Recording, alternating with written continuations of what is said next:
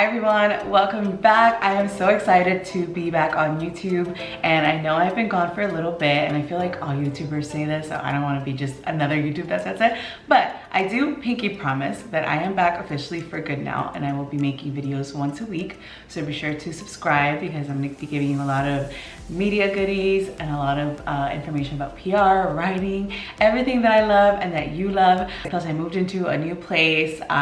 There's just a lot of new things in my life, and I'll be sure to share all those updates in a different video. But today we're going to talk about the pitch that got me on national television. So I'm gonna walk you through all of that, and it's gonna be really fun. To say, I launched my first course on pitching the press, and I spent, if you follow me on Instagram, you know that I spent like weekends for months working on this course and making it like the best course, like giving the best information that I could. I really thought about how to angle it for both publicists and freelance writers. So it's all about how you can pitch the press and how you can like get yourself in the press. If you have clients, how you can get your clients in the press, but if you're a freelance writer, how you can start writing as well. And so I'm very excited about the course. I've gotten some great feedback on it already, but I realized that I officially launched it this week, so from Monday to Friday, and I launched it with a special offer, and that special offer expired on Friday. But I didn't tell you guys, like I didn't create a video for you. So this is the video that I'm creating for you to let you know. During the week of November 13th through the 16th, 2023, I'm gonna give you the same offer that I gave my founding students, which is right now currently 50% off. And so I'm gonna leave the code and all the information here in the box below, and that's only gonna be available for this week.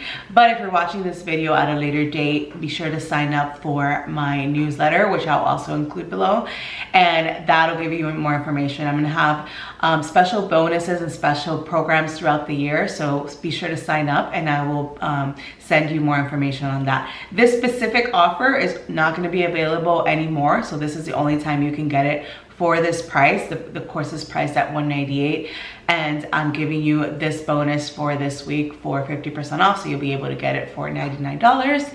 And yeah, if you have any questions, leave them in the comments, or you can email me, DM me. All right, without further ado, let's finally get into the pitch that got me on national television. So when I wrote my book, The New Latina, I obviously had to do my own press. A lot of people know this, but when you're a first-time author, you have to do your own press. Unless you got money like that and you can like spend it on an agency, which is totally the way to go. But when I first launched, I did not, and I know how to do PR, so I just did the PR for myself.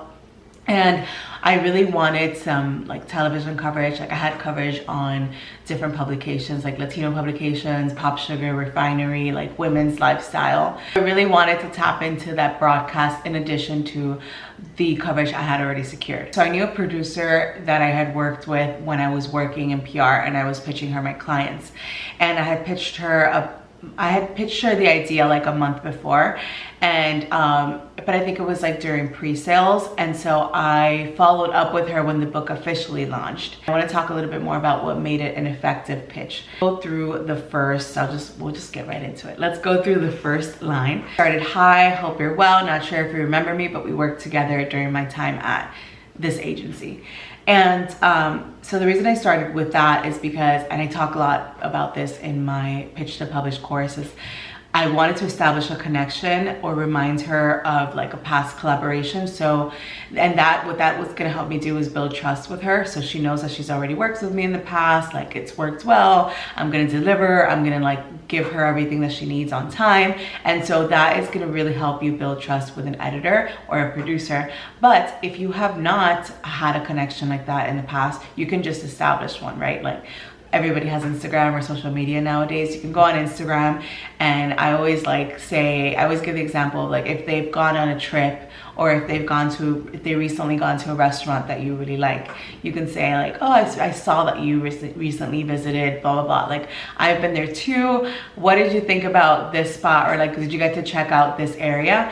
And so that adds like another layer of question that they can reply to, or if they have maybe like a question about that specific like one-liner opener that you sent them, then you can establish that connection from like the beginning of your email. So I really recommend that, especially if you are trying really hard to like get in, you know, national press like Good Morning America or like a big, you know, TV channel or anything like that. Like I recommend that you start establishing that connection with the editor and seeing what it is that you can do for them and how you can help them. And that's really going to help you, because like PR is a long-term game. Like you really want to pay attention to how you are establishing connections and the types of connections that you are making. Moving right along, I get right to the pitch. I say, I wrote a book titled The New Latina, 100 Millennials Shaping Our World.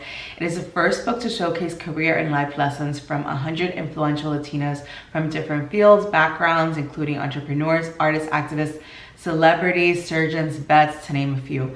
So in here, notice that it's only 2 sentences, very brief, very concise, and I give her everything she needs. This is like the first hook is, it is the first book to showcase career and life lessons from 100 influential Latinas, right? No book has ever done this in the past. And so that's already something like worthy of coverage. So you want to be able to give them that information up front and at the beginning of the pitch, so that they know like, oh wait, this is a great hook, like this is a good idea. We've never featured anything like this. This would make sense for our audience.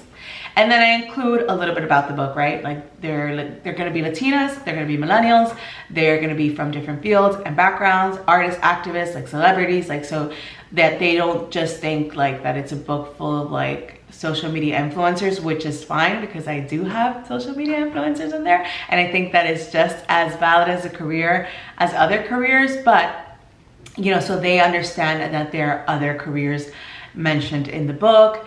And yeah, and so I said to name a few because I don't like to really end sentences with and more. I think you either end it or you say to name a few, or you just name them all. But and more is just, it leaves too much, like it leaves too much up for interpretation.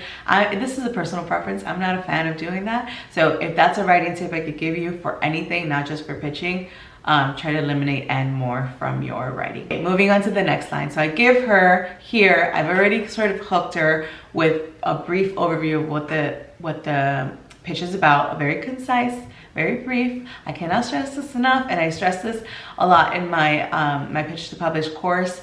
And I also talk about how you can craft a pitch, how you can send it different formats, different story formats, that I never get pitches from different story formats, and it's something that I'm always looking for. So I talk a lot about that.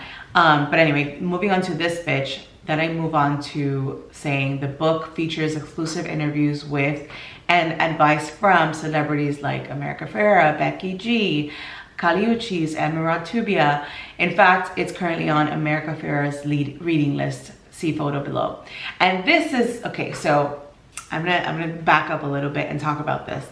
I had sent out a copy of the book to everyone featured in the book, right? And America Ferrera, my queen, who I love, was of course in the book, and she was so nice of her to like publish. She published her reading list, and she added, I'll put the picture up here, but you can see in the picture she has like different books on the list. And my book was in the list, and I was so happy when I saw that. I was like, oh my god, I could cry. I think I probably did cry.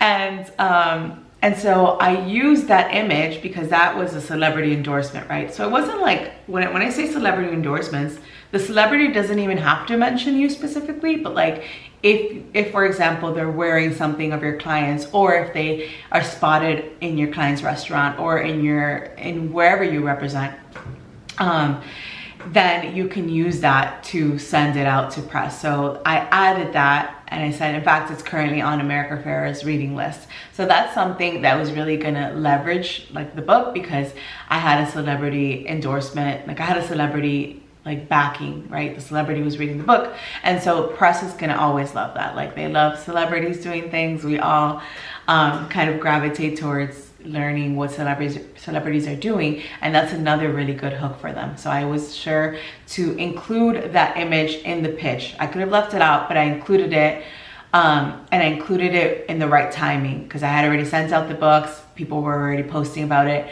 so I used all of that to continue pitching the idea.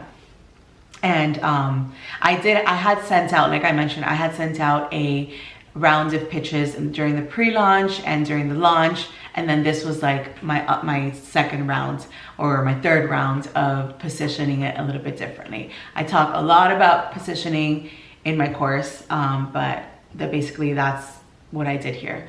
And then to end it off, I said, I'd love for you to consider any open slots you have for Women's Month. So I gave her a month where this would be a fit for. So I talk about this all the time, about doing the extra work for editors, because editors are tired, and I know this for a fact because I'm an editor and I'm tired. And even though we could love our jobs, but it is very tiring. We get tons of pitches a day, and a lot of pitches are often left open-ended, or they don't really offer ideas, like they don't really offer story angles. And I think the thought process behind that is that publicists are being respectful to not like tell you what to do and to try to give you information for you to place it and for you to see how it works best within your publication. I do always say that it is really helpful to give ideas, because I'm like, you know, I get to my emails later in the day. Sometimes like I don't even get to my emails during the day, and I have to like wake up early and check them, or like stay up late the next day.